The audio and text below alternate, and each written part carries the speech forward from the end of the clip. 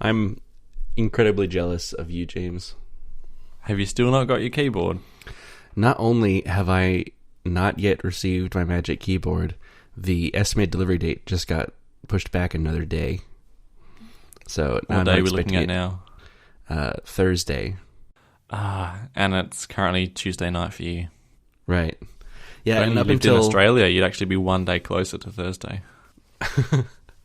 Up until an hour ago, it was supposed to be here Wednesday. So I've got a theory about that, though.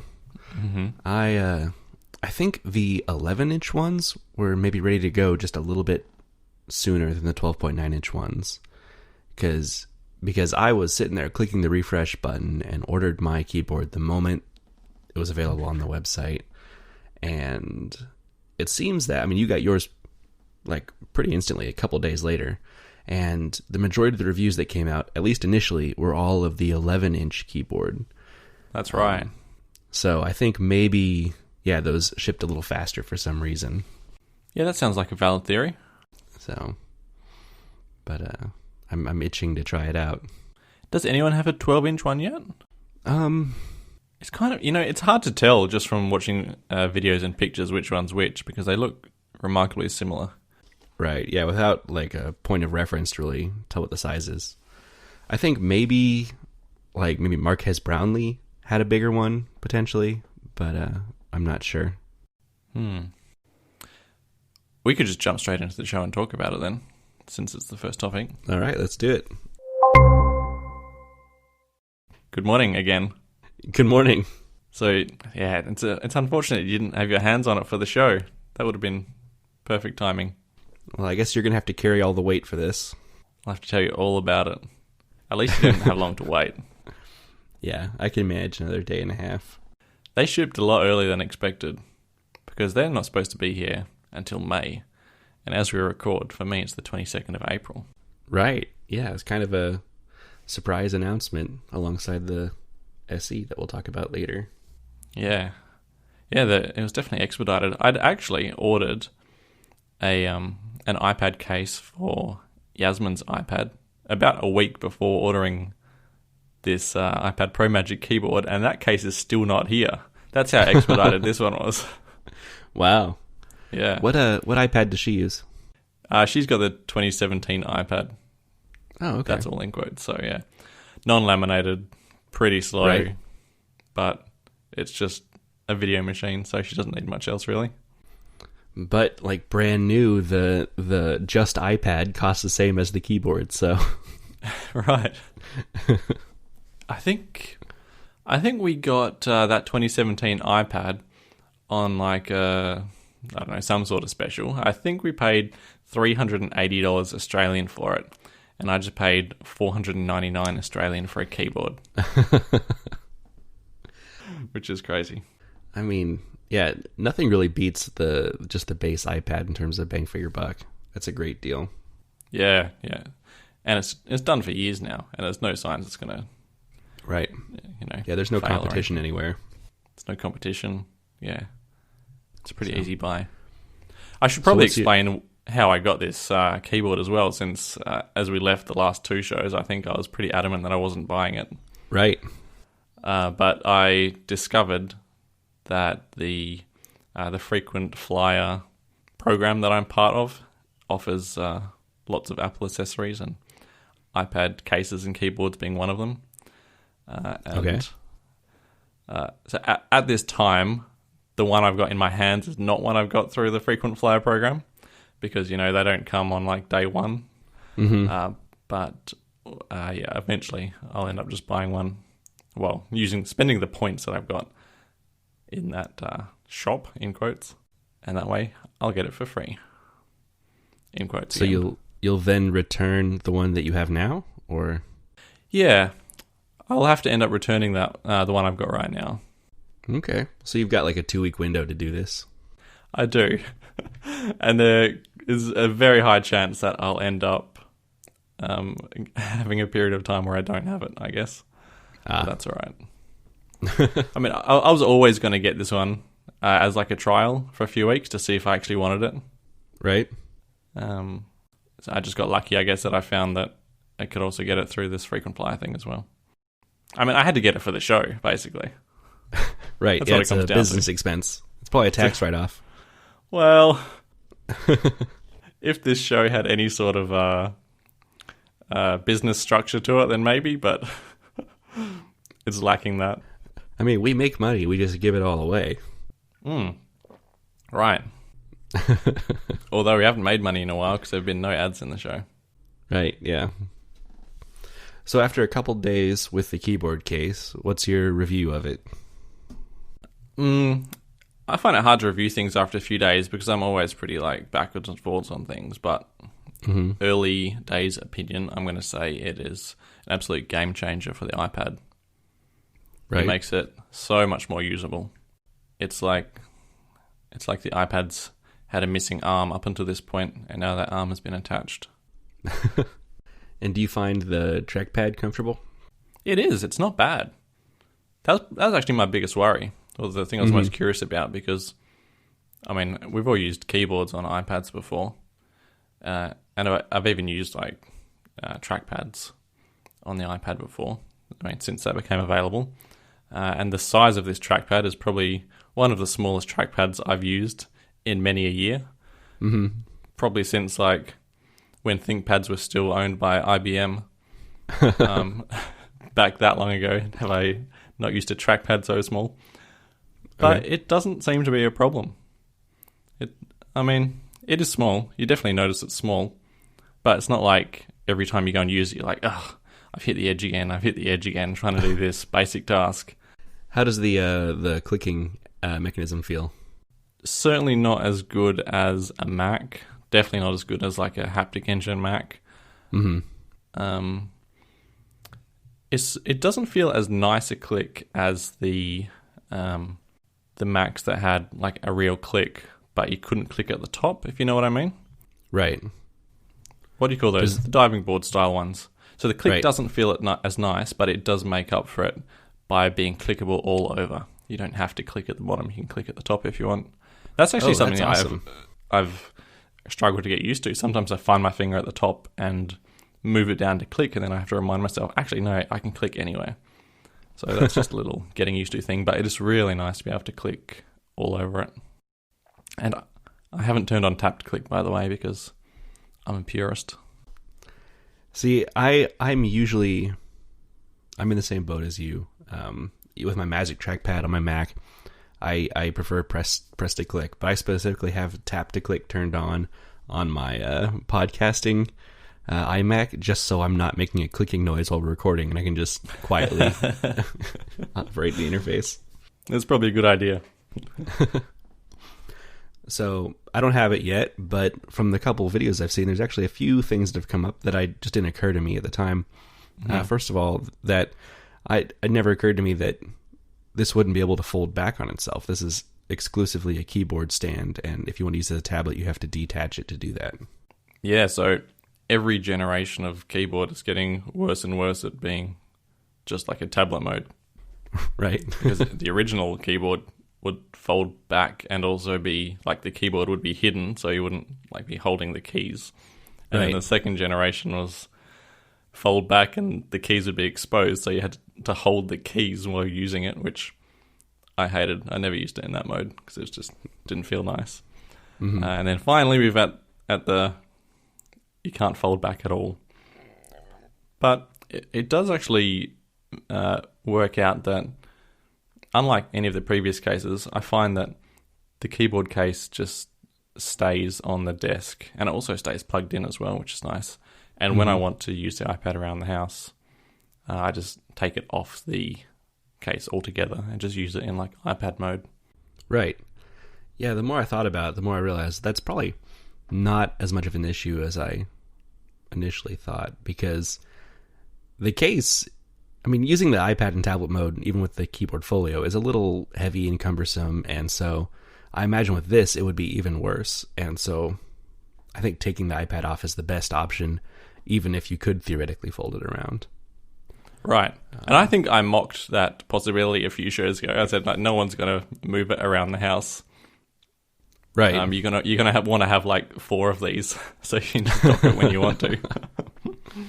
But it turns out maybe it is because of the weight, and we can get onto that next. But I tended to just leave it on my desk where I do like actual work and typing and worky work.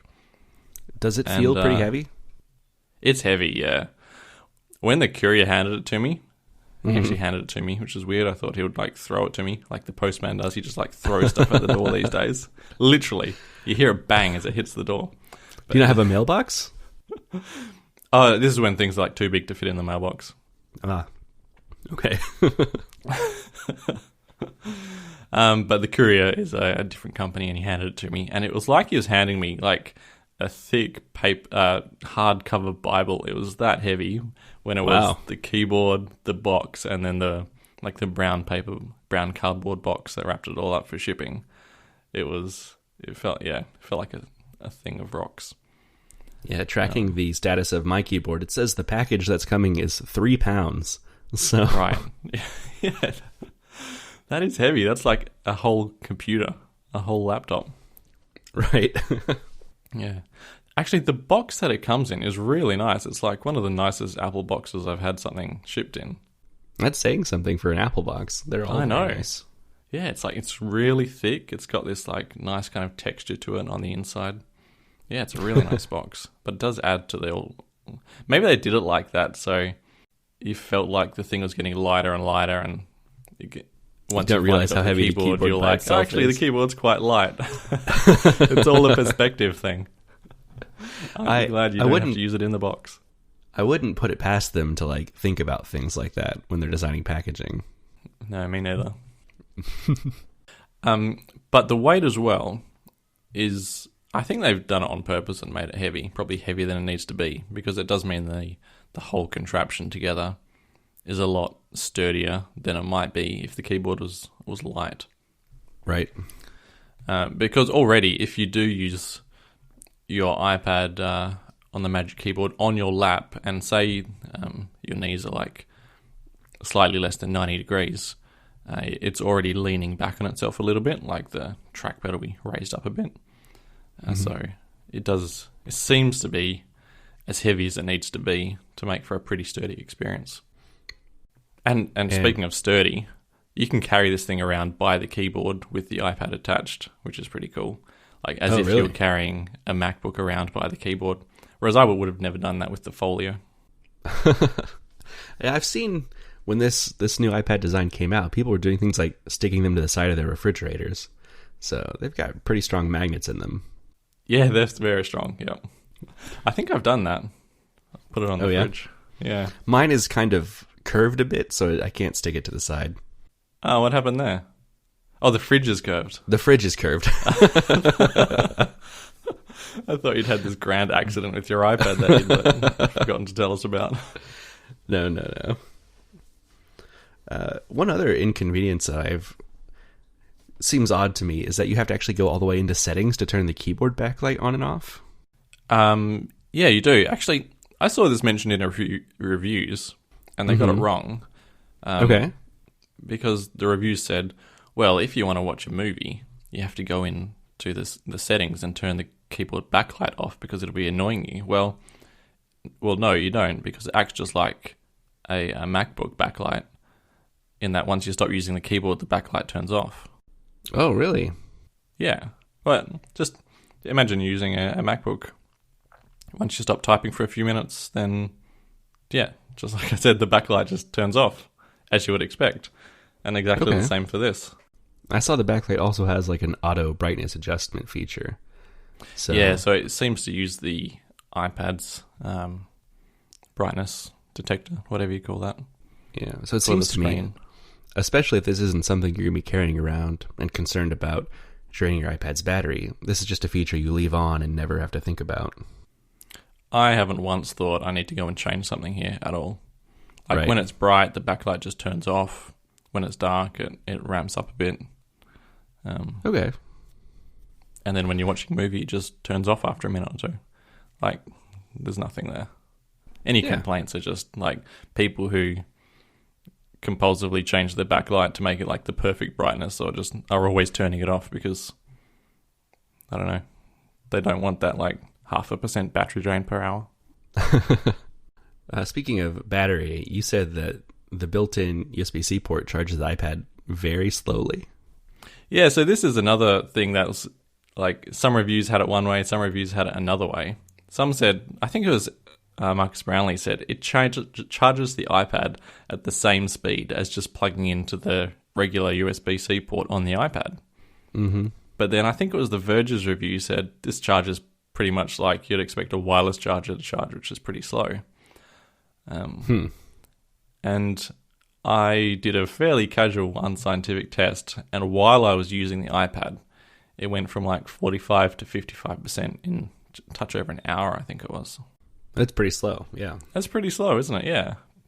But then we've got a pretty major YouTuber saying charges at the same speed. So I think more testing should be done on my behalf.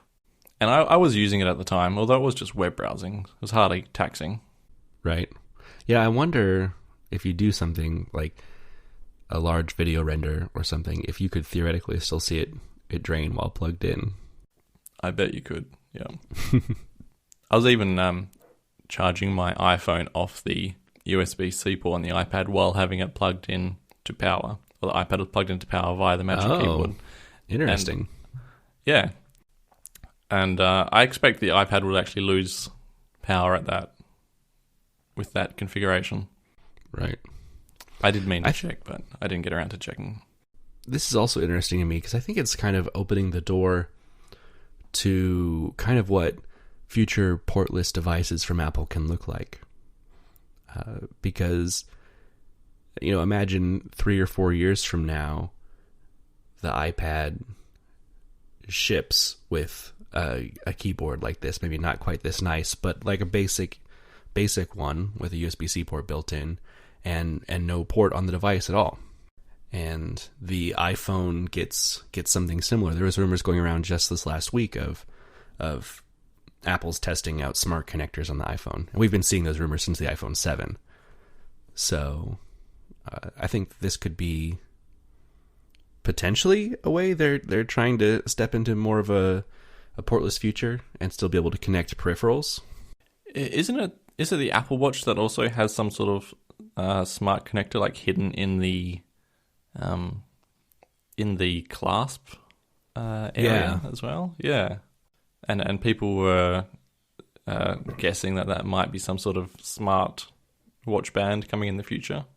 So yeah, they've definitely been onto these sorts of things, but they're going to have to significantly improve it because the smart connector doesn't seem to transfer or have high bandwidth capabilities. Right. Yeah, it seems to be very small. Yeah. So, but maybe there'll be a smart connector 2 in a couple years that'll solve all those problems. Undoubtedly, and it will not be backwards compatible, will it? Probably not. No. It's nice for my podcast setup though that I can now have my iPad charging as we're doing this. It was always a vague concern that I had to have the iPad charged before I started podcasting because the microphone was taking up the one and only port on the iPad. Oh, right. Yeah, that's nice to have a second USB-C port. Yeah. I mean, even if it's really just charging. Yeah. Yeah. Back just a few minutes when we were talking about the adjusting the backlight, the key backlight brightness. I can definitely say that having like a row of media keys would not work because even a few days in now, I'm still sometimes hitting the iPad itself when I'm going for the number row of keys.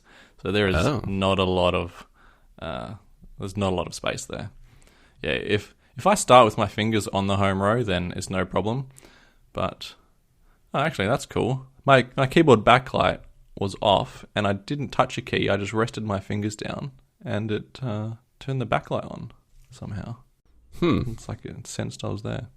Anyway, yeah, if my fingers are on the home row, and I'm just touch typing, there's no issue. But if I'm like, I don't know, scratching my head, and I just go in to hit a number, then yeah, I'll often hit the iPad by accident. Huh. I know There's no way you could fit another row there.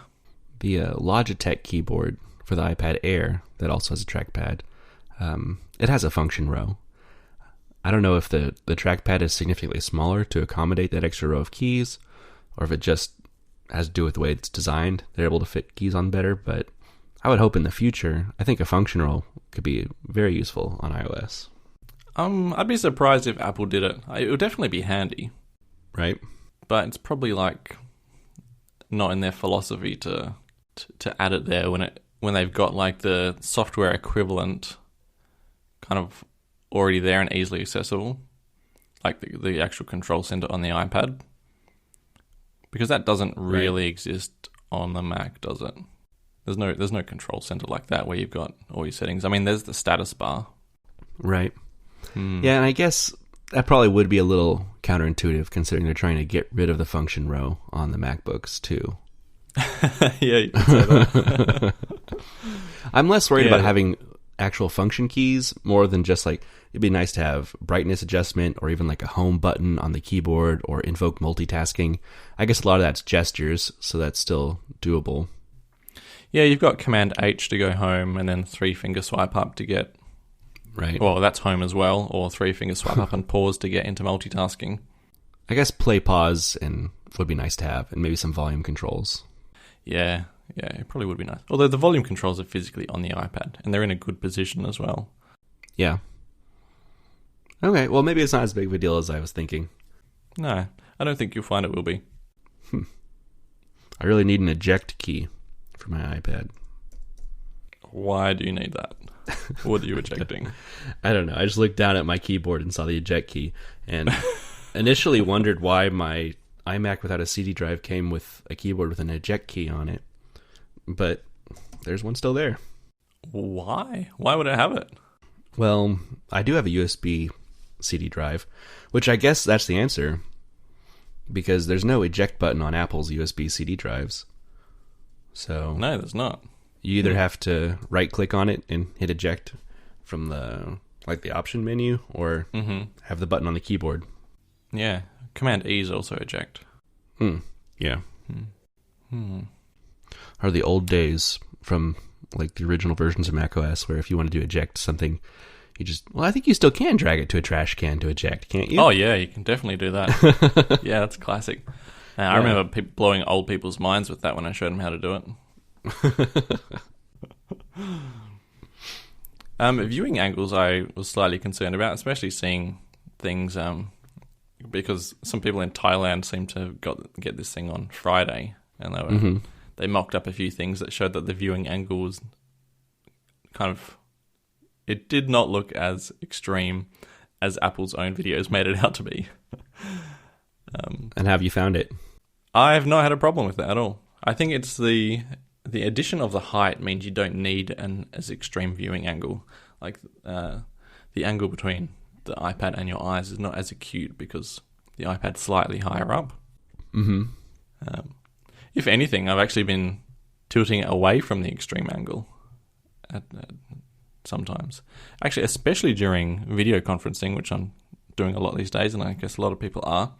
But it's really nice just to be able to tilt the iPad forward and get your face like centered in the video, in the picture. Right. Instead of before, where you kind of had to like sit over the top of the iPad and then you'll get like this nice shot up your nostrils. So even if you were to set the iPad on your lap, you'd find that the angle is still usable? I haven't done a lot of lap testing at the moment. I've mostly done desk use. But I tried it on my lap last night, just for an hour or so, and yeah, it wasn't a problem. Okay. I was reading a theory, I think it was just today, that was that the angle limit is what it is because with the iPad kind of floating up higher, any farther back, and it'd be top heavy and topple over. Yeah, definitely. As I was saying before, if you had it on your lap, but your knees were lower than your waist, it's already pretty like top heavy, like it's kind of sitting on its hinge and kind of balancing there. So any further back, and you'd be definitely limited to using it on like a flat surface. Right. Yeah, it would limit the knee usage of it. Okay. Well, I think I've come out of this even more excited. Most of my worries have been calmed, so thanks for the reassurance, I guess. Good. That's what I was going for. So I guess the final... Yeah, sorry. Oh, go ahead. I was going to say the feel of the keys. Yeah. is nice. It's maybe like a tiny bit too cramped for me still, but I can definitely live with it. Mm-hmm. I think when I'm going to buy my next iPad, it's going to be the bigger one though, just to get the bigger, like full-size keyboard. Right, But it's definitely something you can live with. It's funny to me, even dealing with this 11-inch iPad now, when you're talking about the keyboard being a little squished. One of the original selling points in 2010 when iPad came out was that the on-screen keyboard was a full-sized keyboard, and that was on a 9.7-inch screen. 9.7. I think they just meant the layout though, right? Not the size of it. The way that it was interpreted was that it was the size. Although it didn't have, quite as many keys on the side. It was just the letters. So maybe they could fudge the truth just a little bit and to get that as a true statement. Yeah. The feel of the keys, I think I said this to you already, is that somewhere between scissor and butterfly on an actual MacBook. And that sounds great to me. Yeah. It feels like scissor switches with slightly less travel than you might hope for. But it feels fine. As someone who actually liked the butterfly keyboard to type on, I really like the feel of it. Oh, and it's got the inverted T. It doesn't have the fat side arrows. Yeah, they seem to have completely abandoned the larger side arrows at this point. Yeah, rejoice. Actually, but I know you had like a final thought on it, but I'm still going. Yeah. Go ahead. You can remap the keys to like the caps lock to escape, so that'll be handy to regain escape. But as we're talking right now, my caps lock key doesn't work, and I cannot make it work. It doesn't seem to be a hardware problem though, because if I were to remap caps lock to something else like escape, then it does what I expect. But when it's mapped to caps lock, I cannot get caps lock to come on. It acts as if it's always mapped to the globe key, but it doesn't quite do the same thing as the globe key. And I've gone into settings and tried changing the mapping away from caps lock and back to caps lock, but as we're speaking, I have no caps lock on this keyboard. Wow, that's an odd problem. It is, isn't it? Although I also had an issue with my caps lock key this week. I went in and I remapped caps lock on my Folio keyboard to command, and I apparently, before switching it over, tapped the caps lock key once, so everything was stuck in caps, and there's no way to turn it off. So I had to go back in and adjust it back to caps lock, turn caps lock off, and then set it back to command. Because even like double pressing shift wouldn't engage caps lock or disengage it like it traditionally does. Right. So you could have pretended to be either an old person or a really angry person on the internet for a couple of days. That's right. Yeah. I wonder if it would take I don't know what it would take, like a fresh iOS install to fix your keyboard issue, or if it's a firmware issue with the keyboard, or what? Yeah, I think if I restored my iPad, it would probably fix it, but that's just such a hassle. Right. Like, when you have a keyboard issue on a Mac, you don't say, I better reinstall macOS. Just get a new keyboard or something like that. Right. Well, at least you are going to be getting a new keyboard, so maybe not as much of a concern. Yeah. How often do you use caps lock anyway? Exactly. Pretty much never. Right. Maybe once a week at most. All right. So my final question for you about this keyboard is it worth it? Is it worth having, or is it worth the $500? Is it worth the $500? Oh, what a question. It's still, I don't know. It's definitely worth having. I'll say that. I feel like I can 99% be without a Mac now.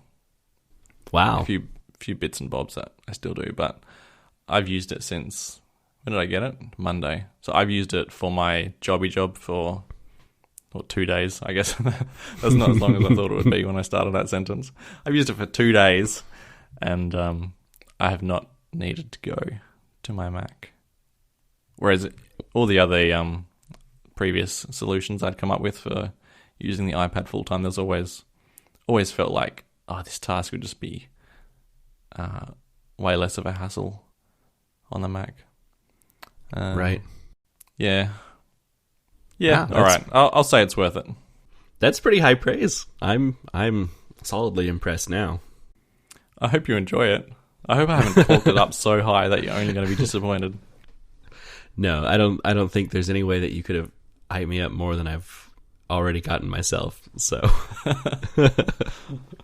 I feel like this is a setup that is going to last me many years. Whereas any previous setups, it's always been like, this is just something to get me through until Apple releases something better. Mm-hmm. But this is like the final evolution of the iPad and keyboard combo. Which it's not, but it's right. Final enough to probably keep me happy for the next 3 seconds until Apple releases something else. No, there's a great comment on this post by Hey You DVD. He says that the Smart Keyboard is a fundamentally different product than the Folios we've gotten in the past. Tim Cook in the past has used the analogy of a refrigerator toaster, of one thing trying to do like two opposite things and just being terrible at both. And that's kind of what our Folio has been, is it's not a good laptop. There's no trackpad. The keys are crappy. And it's not a good tablet because you fold it back and you got these keys on the back, and it's not a great tablet experience either. But this is this Magic Keyboard is like definitively like more of a dock, and it turns the iPad into a good laptop. And if you want to use a good tablet, you take it off and you have the iPad itself as a good tablet. Yeah, that definitely rings true. And not just because it's way easier to add and remove the iPad to the case. Like with the Folio, it was firstly, it was stuck on there like with nails almost. It was so hard to remove it. Mm-hmm. And it was also kind of janky to get it into the right position as well. Right, which has been an issue with every case for the iPad Pro so far. Yeah, right. And I guess because it was lighter, you just ended up leaving it on there more, and then you'd like carry it around the house or take it with you, and then it was never where you needed it to be. But with the Magic Keyboard, maybe because of its weight, maybe because it's got a pass-through charger, I just leave it on my desk and dock the iPad when I want to use it with the keyboard. And it's just there and it's ready and it powers it.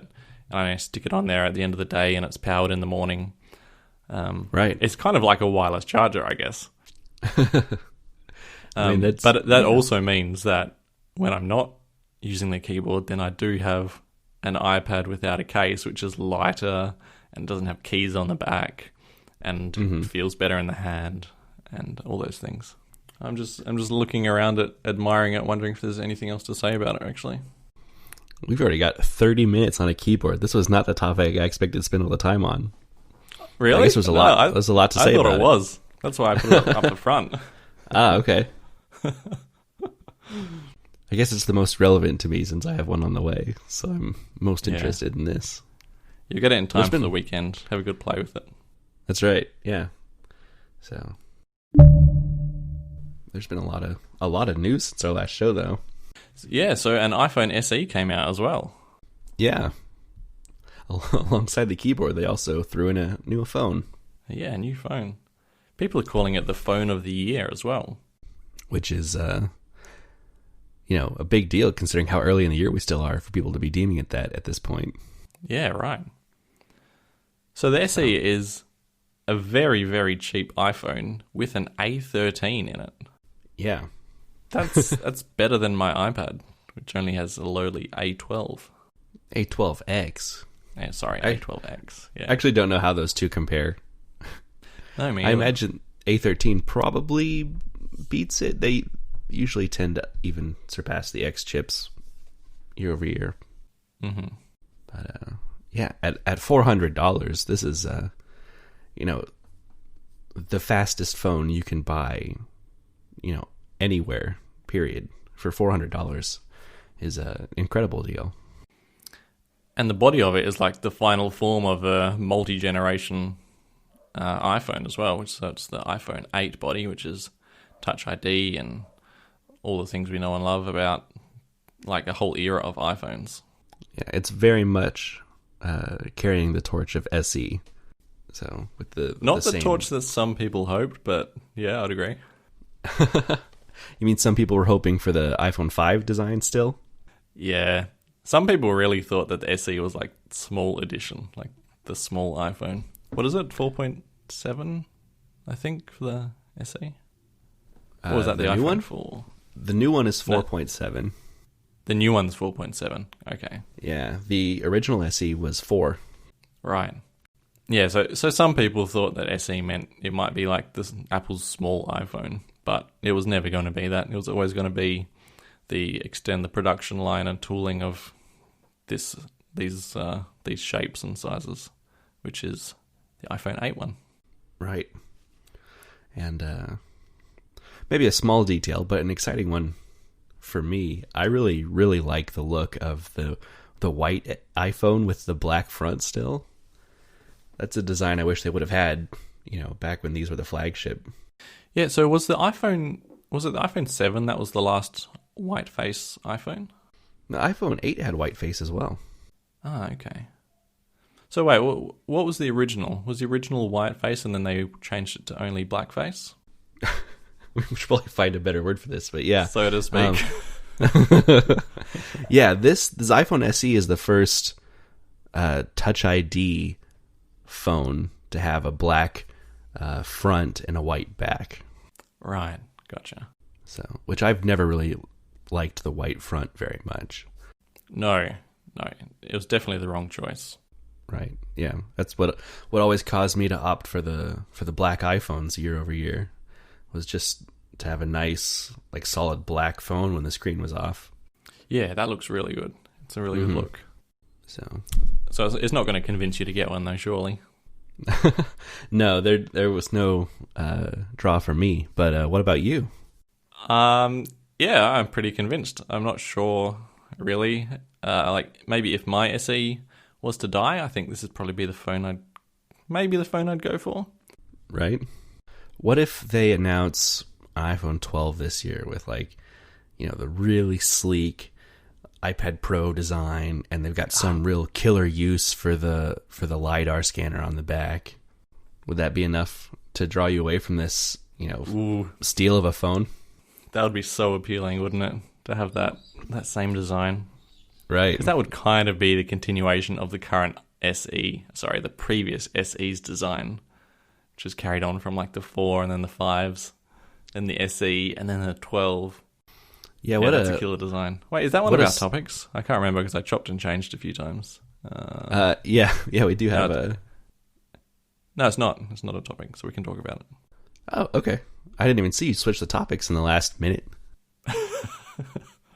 Hey, like a solid hour ago. Okay. Yeah.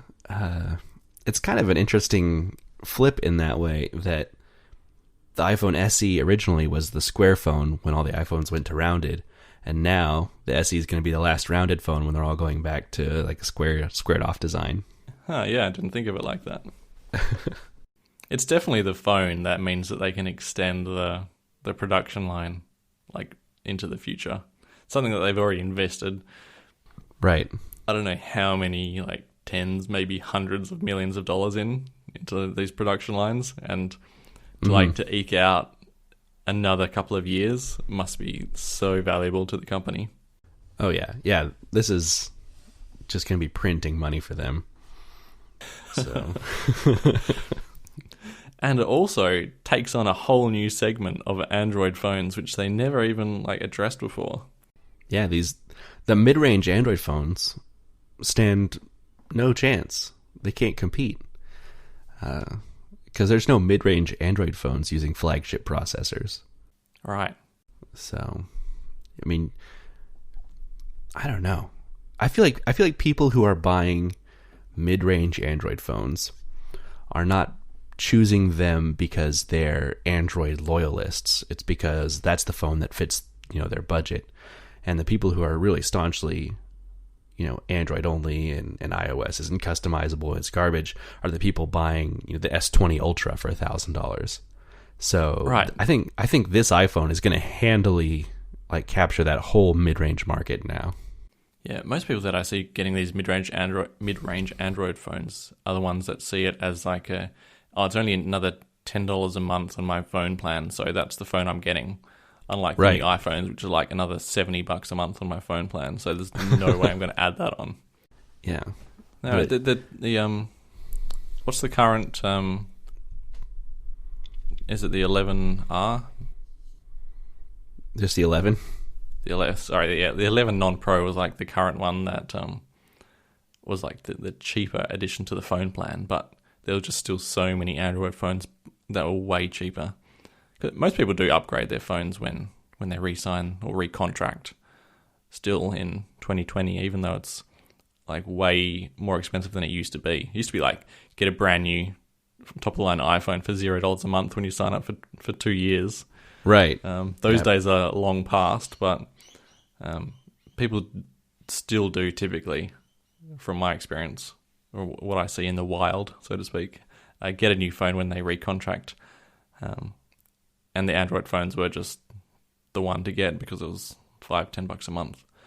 But now I think, and actually I might even be in this boat when I next look for a phone, because I expect that the SE is going to be the cheapest one you can contract onto. Oh yeah, I think if mid-range Android manufacturers want to hold on to the market, the best way to do it, considering they're targeting a segment that doesn't really care or isn't aware of the difference in specs as much, is to get their mid-range phones to have a modern edge-to-edge display look to them. Because then if you present someone with an iPhone that looks like it's the 5-year-old iPhone and an Android phone that's got kind of a modern design to it with a bigger display, they might still opt for the Android because it looks like the newer, nicer option. Yep, 100%. So they'd be poorly misinformed, but it is the one main visible feature, because even when people read the specs, it goes over a lot of people's heads. But when you just see the screen as being edge to edge, of course it looks like a way newer phone than something with these huge chunky bezels and a button on the front. Right. There are people out there who still prefer the home button and Touch ID, so yeah, there are. Yep. I'm sure a lot of people will still go for it for that reason as well. Yeah, could actually be a draw card.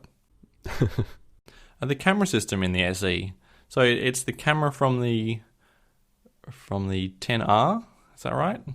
Yes.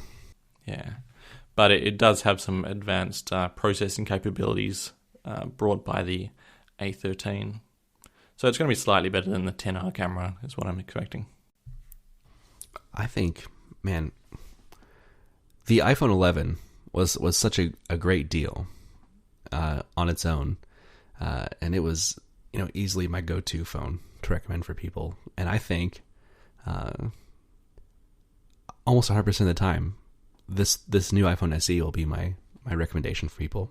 Because tech enthusiasts aren't coming to me for recommendations. It's the people who don't care about phones and will be perfectly happy with an SE and not have an OLED display. So this is definitely going to be my new phone to recommend. Oh yeah, 100%.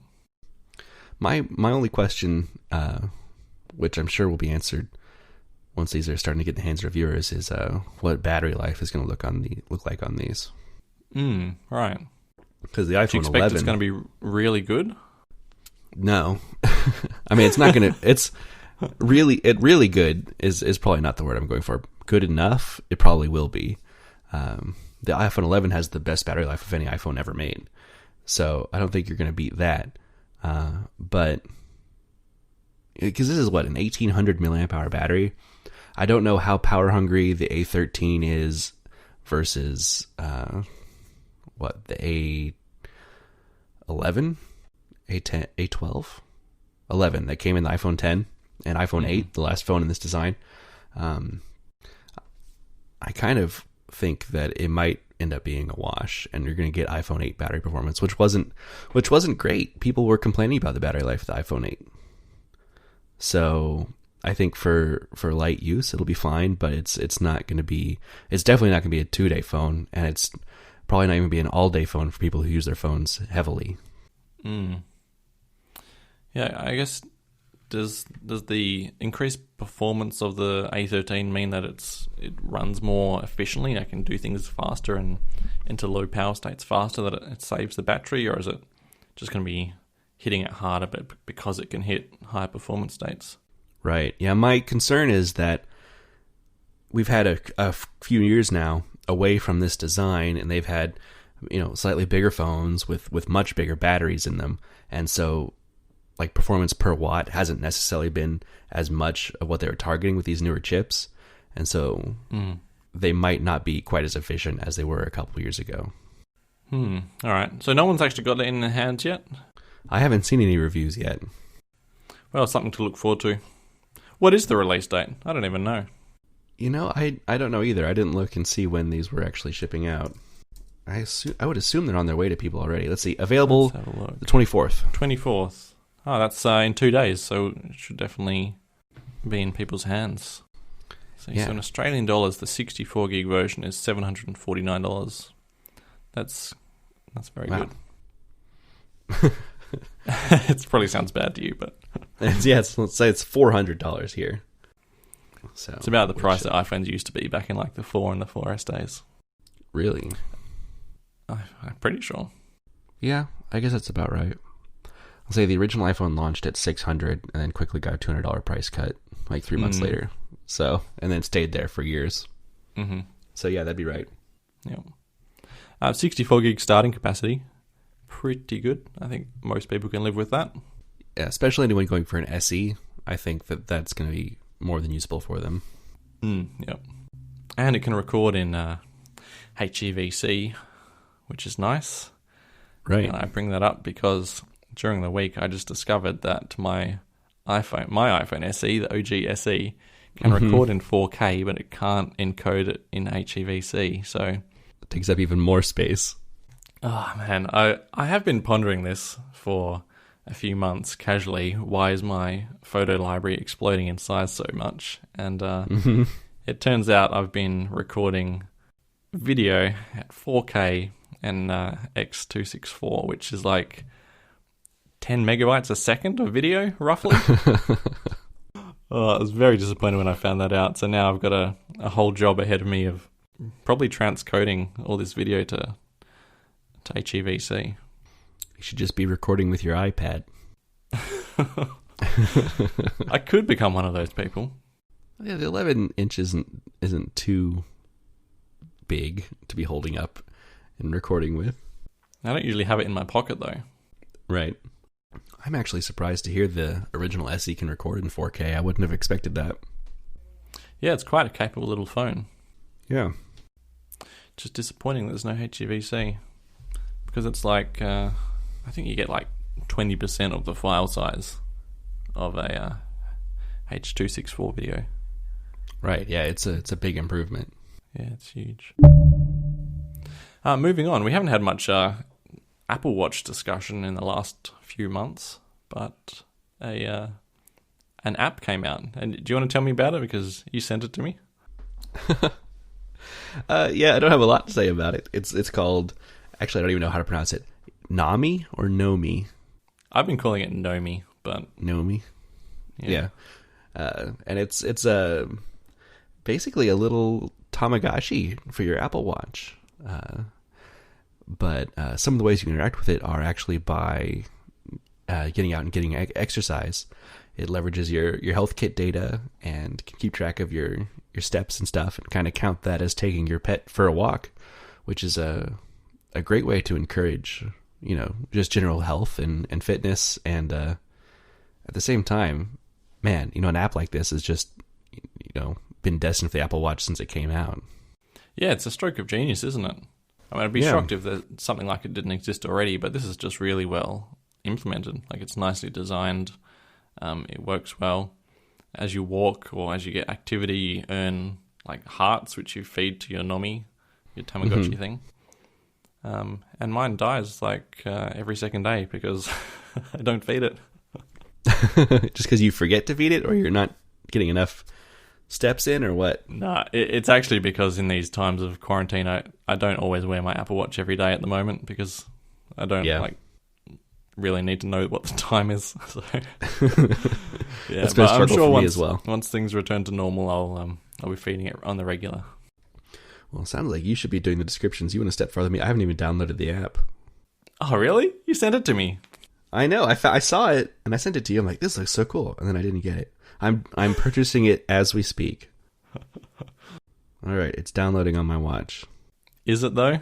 I got the classic purchase it on the phone, and then it gives you the instructions like, if this doesn't appear on your watch, then you should go into the App Store and then click on account and then click on purchases and then click on download. And well, I downloaded it from the Apple Watch store.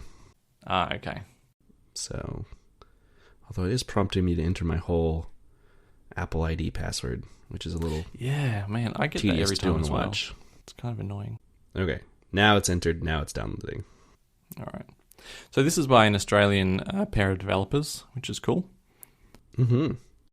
The top comment is apparently stolen from somewhere by the commenter, but they say, it's like Tamagotchi, but the dumb animal you're trying to keep alive is you.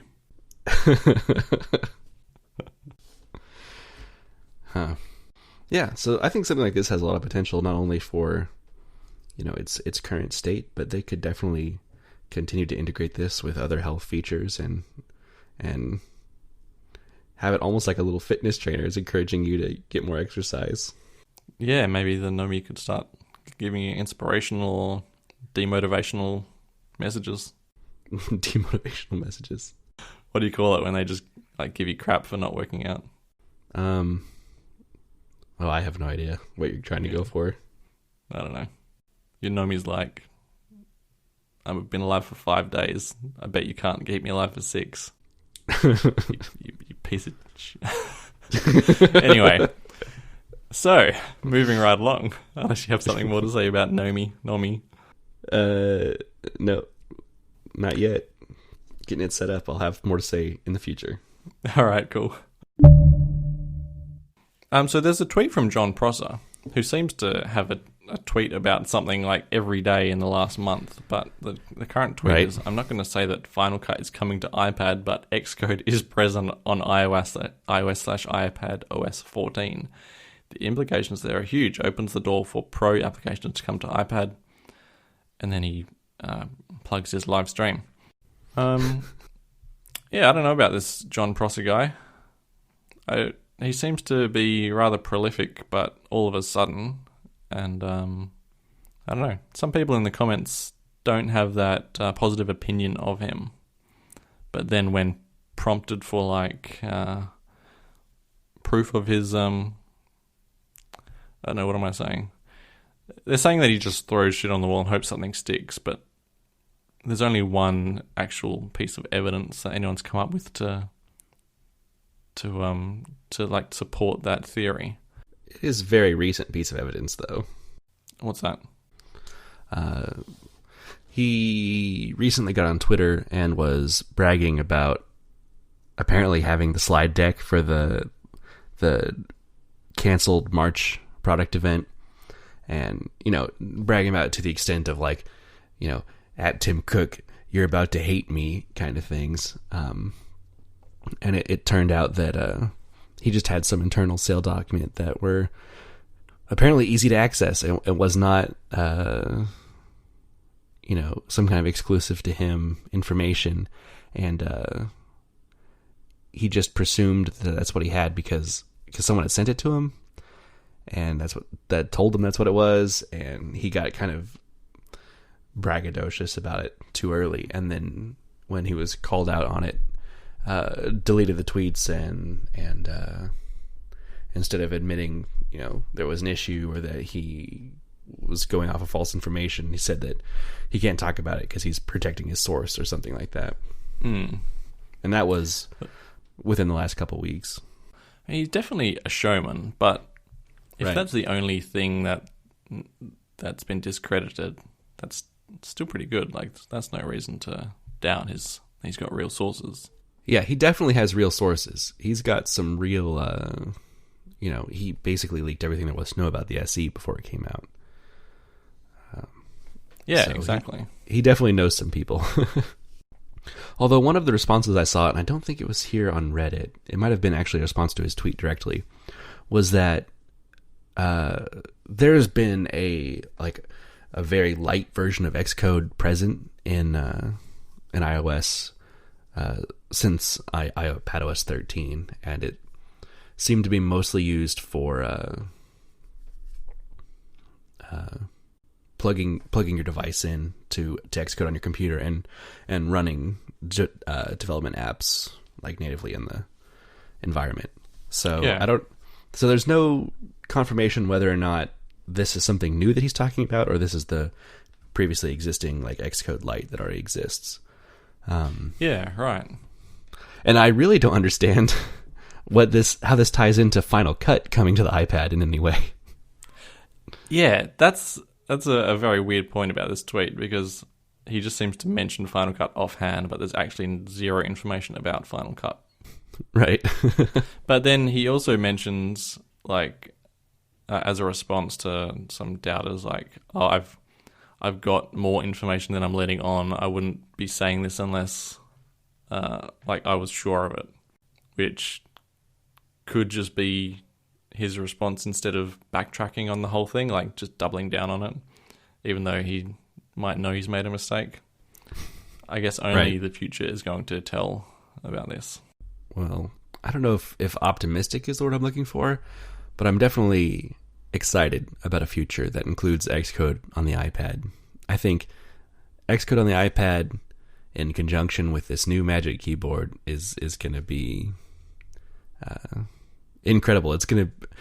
This is probably me overhyping the tools, just like when I got my first iPad Pro and thought, oh man, I'm going to be an artist now. This is the same thing. Xcode's going to come. Pretty good at drawing. Xcode's going to come, and I'm going to get this keyboard, and suddenly I'm just going to start cranking out iOS apps because I can. But I'm excited about it, but I don't think that's actually going to happen. For a platform to be self-sufficient like that, though, is kind of like a final form. That's a big I think I've step. said final form like 3 times in this show already. But yeah, we've got the physical final form, and then we'll have the software final form if it can code for itself. Right. Yeah. I think this is definitely a possibility. I think the Magic Keyboard itself is really like indicative of what Apple's vision of the future of the iPad is, and a trackpad and a real like laptop quality keyboard. There's no way that they're not going to be bringing more pro apps over to support all of this. Yeah, but then you look at like iMovie, and it's like a sad version of what's on macOS still, even though iMovie's been there for like half a decade at least already. Right. Yeah, iMovie was one of those like original apps to launch the iPad. Right, so even longer. And Yeah. it's still not feature parity with the desktop version. I mean, even like drag and drop, which is like one of the features of, one of the flagship features of the iPad now, is not in iMovie all these years later. Right. Yeah. Apple's been really hit or miss on their iPad apps. Because you're right, iMovie hasn't been updated in a while. I mean, iPhoto, what came and went over the course of a couple years, it barely had a life on the iPad at all before they completely abandoned it. Do you remember iPhoto on the iPad, do you? Not many people know about it. Yeah, I got it day one. I thought it was the coolest thing ever. Me too, but I just never understood the workflow for it. But it was there. I work like ebbs and flows. Sometimes those apps will sit there in the App Store for years and not be touched, and then they'll suddenly have an influx of, we're putting all the new features in it, and it's going to sit for another couple years. So yeah, and then you see like ads for hiring to the iWork team, so there's definitely a team that works on iWork. Like, there's not some people that just like come and go and do bits and bobs and then release it. Like, there's a team behind these apps, but seemingly they only release what they do on like a biannual basis. Right, and it seems more that iWork is used to prop up new features of the iPad. It's like, it's got this new feature, and to show off how it works, we've updated the iWork apps to utilize it because nothing else does yet. And but yeah, I don't know. Maybe actual pro apps like Final Cut and maybe Logic and Xcode would get more support than kind of the more casual consumer iMovie and things like that. Yeah, but there's not much of a track record of that happening. But you would hope so. I mean, if Xcode was there, it would have to get regular updates because it just has to. Yeah, you can't get around that. New SDKs and new versions of iOS and iPadOS and blah, blah, blah. Right. Yeah. Well, once Xcode's out, I'm definitely going to become a full-time iOS developer. You've just been waiting for it to be on the iPad to dive in, huh? Exactly, yeah. It's been holding me back. Actually, I have an idea for an app already. What it's going to do is it's going to go through my iPhoto library, my photos library. Okay. Pick it, sort the videos by size, and then one by one transcode them to X265. And then replace the video that's currently in the library with all the original metadata. I wonder how much of that could be done with a Siri shortcut. 0, because you can't transcode video on the iPad. I wonder, is that an iPad limitation, or is that just no one's made an app to do it yet kind of limitation? I believe it's an iPad limitation because, believe me, I've looked into it, and every single transcoding app uploads the video to a server and then transcodes it and then downloads the transcoded video. Really? Yeah. You'd think even something like LumaFusion, you could import the video and then just export it as a video, and it'd probably come out as... No, yeah, you're right. Of course you can do it with video apps like LumaFusion and iMovie can do it. So why isn't there an option just as like a standalone app? Maybe my App Store search foo is just not very strong. So all it would take is an app like LumaFusion adding a Siri shortcut integration to transcode video, and it would just, work. Yeah. And here I am trying to sideload FFmpeg onto my iPad to try and get that working instead. That's actually what I've been trying to do. But that's a whole nother topic. Well, hopefully this will solve the problem for you then. What's that? Xcode? All right, LumaFusion, if you have it. LumaFusion won't work because it won't bring over the old metadata. Oh, right. But I guess Man, that's a whole new problem. I could do it and then go to the Mac and then fix the metadata on the Mac. God, it's going to be such a process. I've never had a good answer for metadata. I wish Apple had a way to manage metadata. Because I tweak the metadata in my iTunes library, or I used to. I haven't in years because it's been such a hassle. And I don't sync with my computer anymore. So, yeah. But I'd love a way to do that from iOS. Yeah, me too. Not in music for me, but in photos. Right. So AirTags. There's a bit more news from a tweeter who is ChocoBit. Choco_bit shared a bit of news. They're going to come in multiple colours, which I, for one, did not expect. I thought they'd all be white because white goes with everything. I have a built-in speaker, which I did expect because, I mean, you want to hear that little noise to like find your keys in the house. It's not enough just to have that makes sense. Activation lock. That's kind of weird.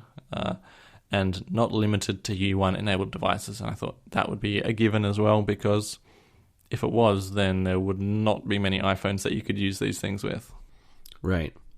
Yeah, I think even the activation lock is pretty obvious, because if someone could find your AirTag and just unpair it with your account and steal it, you're less likely to find your lost stuff. Yeah, I guess I didn't really think through exactly what activation lock means, but that just makes sense. Right. So, I think the multiple colors thing is probably the most surprising news to come out of this. So how are you going to buy it? Because we guessed that it would be like purchasable in a 5-pack of tags. Would you get a 5-pack of multiple colors, or would you choose like a 5-pack of white or a 5-pack of blue? Or would it be like all the colors in the original Rainbow Apple logo? Oh, that might be cool. Yeah, that would be cool. I would say I don't actually believe they're going to come in multiple colors. This is like the AirPod rumors that they're going to come in multiple colors and have yet to actually come to fruition. Maybe what they're saying is that they come in white, and white is, as we know, a combination of all colors. Right. It's the Henry Ford quote. It comes in any color you want, as long as the color you want is white.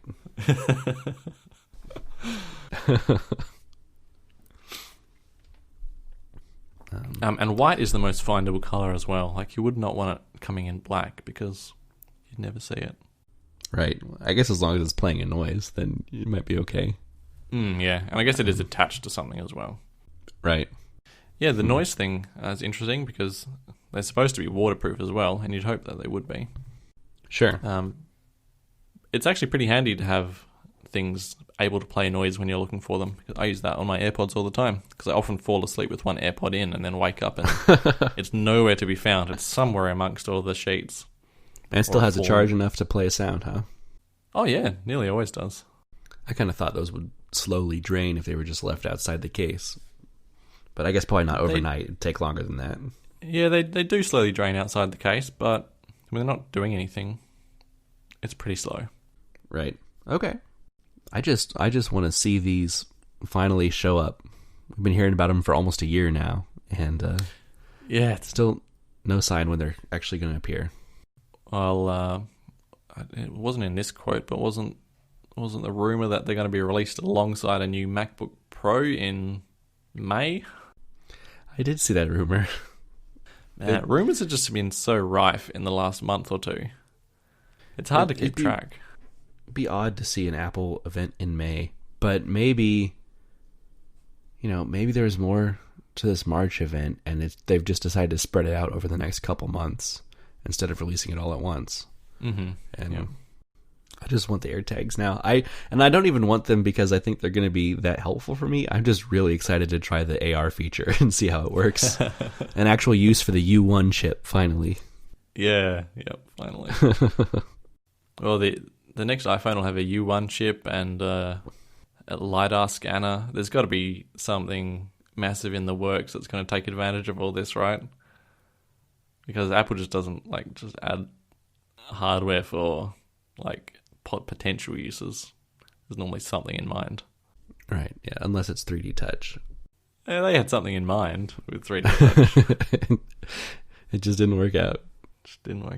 No one liked it. No, people liked it. People liked it once it was clear that it was not going to be a thing anymore. And people decided they liked it. I actually found, and I don't think I've mentioned this since it happened, it hasn't been such a big deal to move away from 3D touch. That's good to hear. It took, maybe a week to get used to holding on the space bar to move the cursor instead of just pressing anywhere. And then other than that, the tweaks in iOS 13 that have, replaced peak and pop feel very fluid and natural, and I'm not missing it at all. And your phone is slightly lighter because of it. I'm definitely not feeling that benefit with a stainless steel phone, but I did see a rumor also recently that perhaps Apple had to remove 3D touch because they're still working on underscreen fingerprint readers, and they couldn't get both of them to work together, so they had to remove that extra layer on the display. Yeah. Did you seen? I mean, John Prosser hasn't mentioned anything about it, so I don't think it exists really. This underscreen reader. Well, there was a rumor I think yesterday I saw about the next iteration of the iPad Air is going to have an underscreen fingerprint reader and an edge-to-edge display. Really? Okay. Yeah. Interesting. Which would make the iPad Air kind of make sense. It'd be its own device again. So you get the edge-to-edge display, but not the Face ID and everything. Uh-huh. It's kind of an unwieldy device to put a fingerprint reader on under the screen. Yeah, I don't know. I mean, if it's anything like AirPower, Apple's going to say, you can put your finger anywhere and it'll scan and let you in. That seems like the Apple way to do it. Yeah. No one's done that, though, have they? No, it's always been a specific area, or there was one company that had the whole lower third of the display that you could use. But that didn't catch on, so I don't know if it wasn't precise or what. Well, it's going to be a big year. Yeah, I'm excited. Already has been. Yeah, hopefully just the current state of the world doesn't push these products back too much farther. Yeah. Actually, I forgot to mention on the SE, the SE Plus never happened, but rumors are it still is going to. Did you see that now it's rumored end of 2021 we'll see an SE Plus? Yeah, that sounds too late. Yeah. Yeah. What are they going to do with that part of the production line until then? Because it's not making any plus size phones anymore, is it? There's no right. Well, the rumor I saw today saying end of 2021 also said it's going to be a bit of a redesign. Like they're going to integrate Touch ID into the lock button. I don't know how much credence this had, but that is complete BS. It's missing the point of the SE phone altogether. That's true. Yeah. If they're not reusing existing manufacturing methods, then what's the point? They're not able to make it that cheap. Yeah, you don't invest like $100 million to make the budget phone. Right. Yeah. I think I'm on the same page as you. I don't think we're going to see... Maybe the SE Plus will come out later this year, and if it doesn't, I don't think it's going to happen. Yep. I am on board with that. Cool. Well, I'm James VDM on Reddit and Twitter. And I'm Jellywoot on Reddit and Twitter. And we have a subreddit, reddit.com/the Apple Show.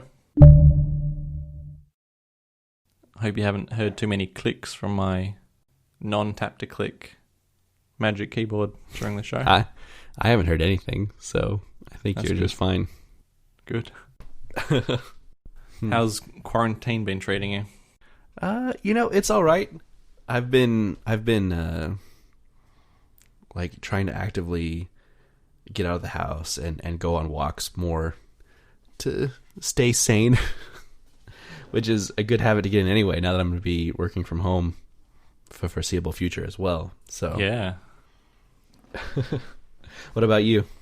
Yeah, definitely just doing like more low-key stuff, like going for walks and just kind of going to the beach, because the beach is... a lot of people go there, but we've got a pretty big shoreline, so it's easy to stay away from people when you're at the beach. And yeah, trying to keep the 2.5-year-old occupied.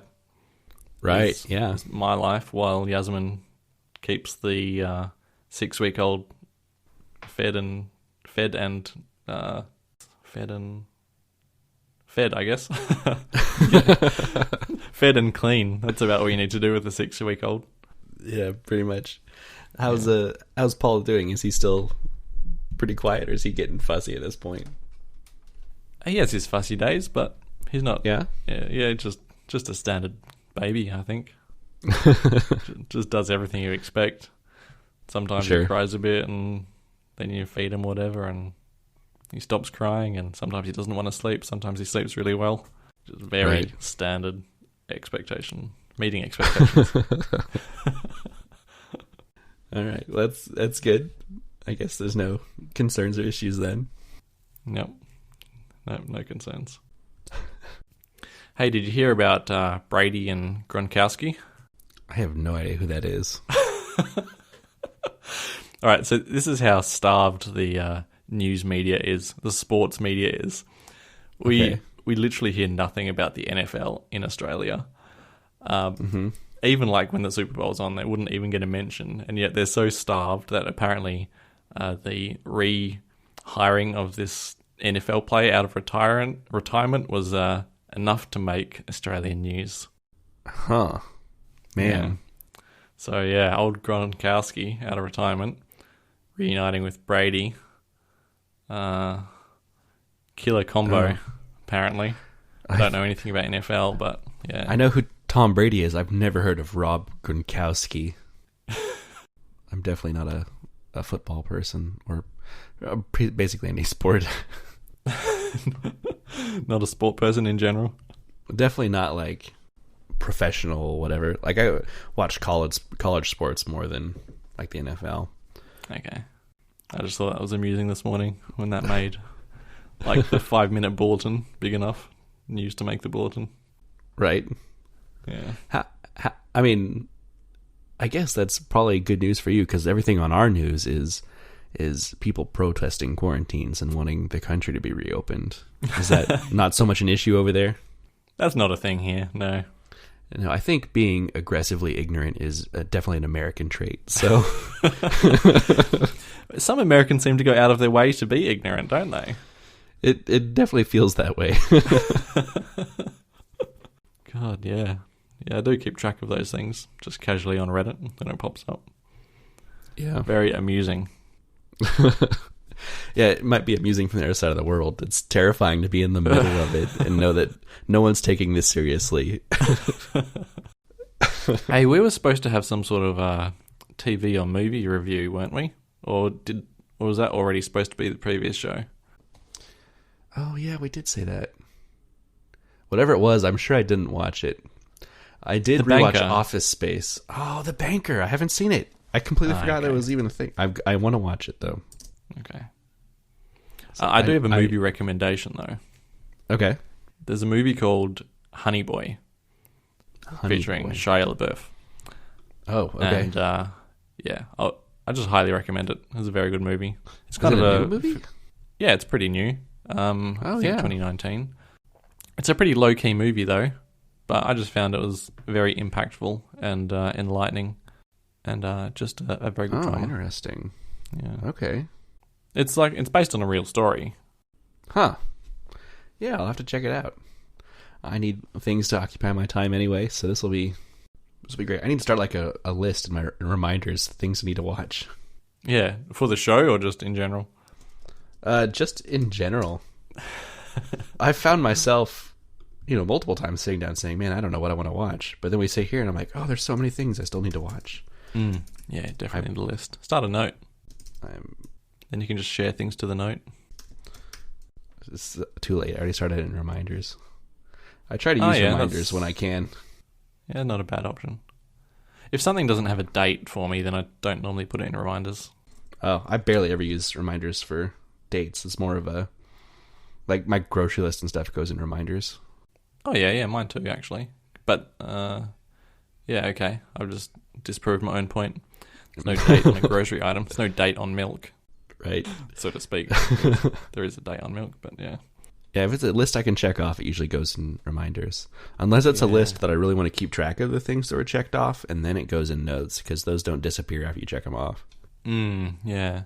And actually, if it's something that I use Siri to add to, then it's probably going to reminders, because it's way easier to add something to a reminders list than a notes list. Right. I feel like there was one other thing that you had recommended I watch on that last show, 1 or 2 episodes ago. A movie or a TV show? I think I might have recommended Devs. Was that it? It doesn't sound familiar. DVS. Devs. What is that? Well, that didn't help. I just typed devs and got rerouted to Apple's developer portal. Autocomplete URL.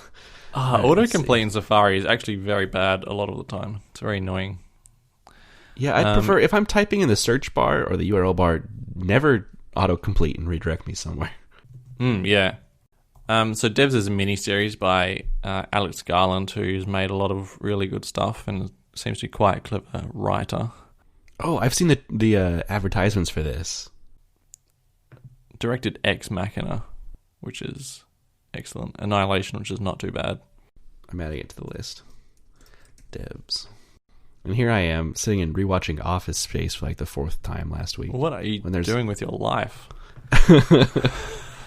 I could have been watching Devs. Yeah, exactly. I don't even know what Office Space is. I'll have to add that to my list. Oh, really? It's a classic movie. Even if you don't know what it is, you'll definitely recognize some of the memes from it. Oh, yeah? Okay. Yeah, I already recognize the main character. Ah, okay, yeah. It's worth watching. It's like an hour and a half. All right. I'll endeavour to watch this then before we talk next.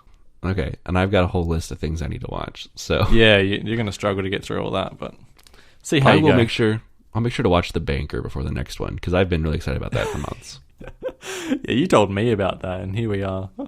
I know. Well, later. It got like pushed back, and then I like went to the back of my mind, and I hadn't thought about it because it was supposed to debut at some film festival. Right. Apple wanted some Oscars for it. Right. All right. Well, I can hear the baby kind of grumbling / crying off in the background, so I might leave you there. All right. I'll let you get back to parenting. Thanks. Talk to you in 2 weeks. All right. Bye.